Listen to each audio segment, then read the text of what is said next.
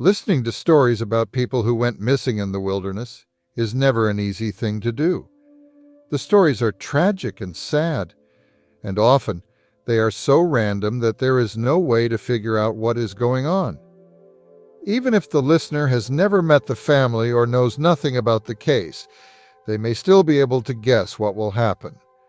There are times, though, when it's even more surprising than usual because it's someone who is good at hiking, camping, hunting, etc., who go missing and are later found dead and far from where they were going, or who disappear without a trace forever. Most people think that if you know what you're doing out there, you're safe from the dangers that come with being out in the woods for any length of time or doing anything out there. This is why these cases seem to have more shock value. Alvin Nelson. In September of 1961, Alvin Nelson, then 17 years old, was hiking with other Boy Scouts in the canyons of Zion National Park. Even though not much is known about what happened at that time, his younger sister, Dora Lee, remembers hearing something on the radio that gave her chills and that she would never forget. She said she was at her house in Salt Lake City, Utah, watering her plants and listening to the radio in her backyard. Suddenly she heard that there was a huge flash flood in the Narrows. She thought right away that her brother Alvin and his best friend Frank Johnson were on a trip there with Frank Johnson. On that terrible day, 5 people drowned, but neither her brother nor his best friend's bodies were ever found. In an interview, Dora Lee went on to say that Alvin was the man of the house because their father had left when they were young. It was Dora Lee, Alvin, and their mother. Most of the time, they were a normal, happy family. Their mother died in 1996, so she never found out what happened to her son, who had been swept away so long ago. Dora Lee also talked about the hope she had all that time, until she finally got some kind of answer about what had happened to her brother. She said that, over the years, she had thoughts like, perhaps something else happened. They might have been able to get out. Maybe he hit his head and lost his memory. You can always hope without a body. It takes a long time before you really think they have to be gone. There was always pain. Then, 51 years later, in 2006, she finally got an answer when authorities found a match between her DNA and a piece of a skull that a man swimming in the Virginia River had found. The DNA matched that of her brother, Alvin, or at least a small piece of him. He had been swept away by the water and had never been found in all those years, she said of the news. It's kind of a nice birthday present, but after so many years, it doesn't really bring closure. It has been a while. Dora Lee had just turned 66 when she heard about the DNA match. He had left her and her mother's lives for good when she was about 9 years old. She is now married and has adopted children of her own, but she says that not a week goes by when she doesn't think about her older brother and how much she loves and misses him. Kurt Wright, the police chief of Springdale, grew up near the canyons in Utah, where the flood happened that terrible day. He says that the flood of 1961 is a legend in that area. He said that it was also something that was always in the back of his mind. Where did those boys go? Where did the dead people go? He said that when the man brought the skull piece to the police, he immediately thought of the missing Boy Scouts, including Alvin, who had been swept away that day. He said, "That's the only thing here that's never been really solved. Since then, many people have drowned in the Narrows, but we've always found the bodies." He said that he and the local medical examiner had talked about what the skull piece could mean and how it was found. What could happen if these old wounds are reopened? The piece sat in the evidence room while the chief was constantly reminded of how expensive DNA testing was and how it could be a waste of time and money for such a small piece with no idea who it belonged to.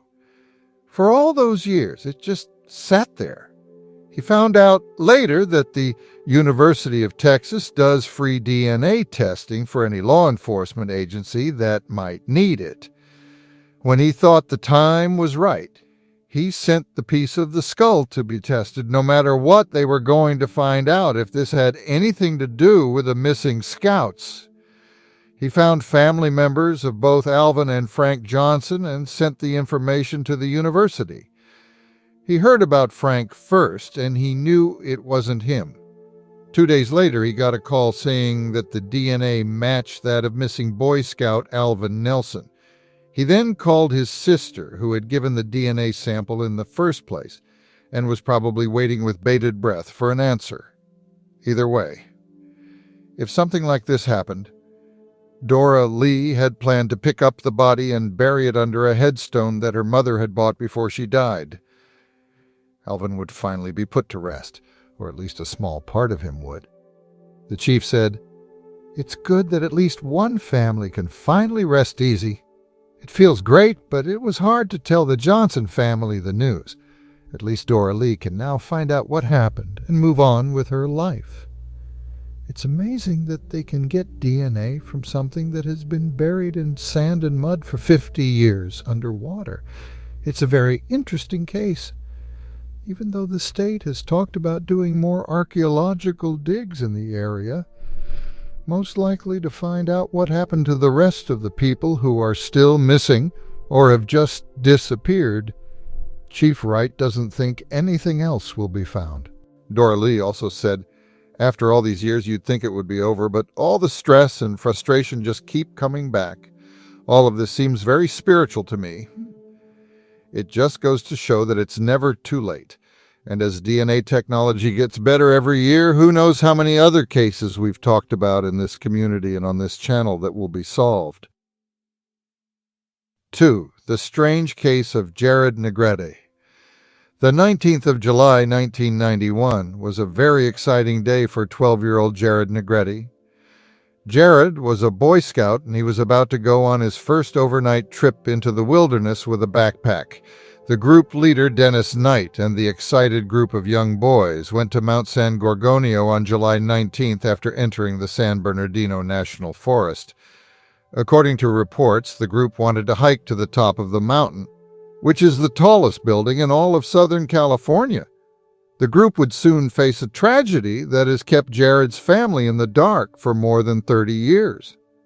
Around 6 p.m., Jared fell behind the rest of the group as they walked up the trails and paths to the top. At first, no one noticed that he was gone because there were so many people moving toward the top. Some news sources say that when Jared got tired on the hike, he was told to stay behind and wait for the rest of the group, even though the truth isn't clear. The story of what happened next stays the same. As the group made camp and set up their tents for the night, Jared's absence was noticed. Dennis Knight contacted the police right away. Knight said that the plan was for the group to hike up the 500-foot mountain the next morning, with a base camp at a dry lake just a few miles from the top.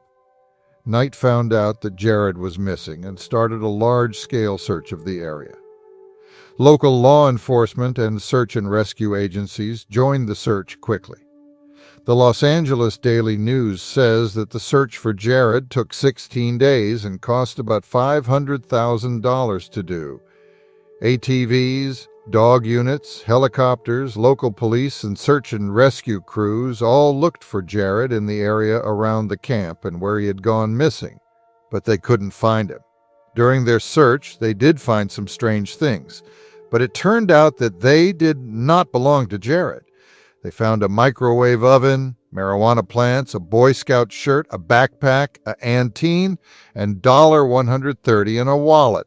If these things didn't belong to Jared, whose were they? Why were they left in the middle of nowhere? Even after 30 years, Jared's case seems to have more questions than answers. A few clues were found by the 2,000 people who took time out of their lives to help look for Jared. During the search, Jared's candy wrappers, beef jerky, his shoe prints, and his backpack were all found. Was something bad done to Jared, or had he been taken away? Later, kidnapping was ruled out, and another strange clue made some people think that something from another world had something to do with Jared's disappearance. During the search, Jared's camera was found. Most of the pictures were of the scenery, but one picture in particular stands out. In the picture, you can see Jared's eyes and nose, and some people think that something is hiding in the background. The police thought that Jared might have taken the scary last photo at night and that the strange background was caused by the flash on his camera. Even though more than 40,000 hours were spent looking for Jared, no sign of him has ever been found. His parents still want to know what really happened to their little boy. As with most unsolved disappearances, there are a lot of theories. The most popular ones are that he either fell down a hill or embankment or just got lost in the park. Some people also think that the strange and unknown forces in the national park have something to do with Jared's disappearance, since hundreds of thousands of people go missing every year in national parks. Jared's parents think that his body might be buried in rocks, dirt, and boulders, but this has never been proven. The people who love Jared still hope that one day they will get a phone call and that their son will come home. So there you have it, folks. What do you think about these people going missing? I can't wait to hear what you have to say, but please keep it polite and kind. Check out the playlist on our channel if you want to see more videos like this one. Thank you for coming today. Thank you for sharing our videos and for helping the channel. It's so important to us. Till we meet again.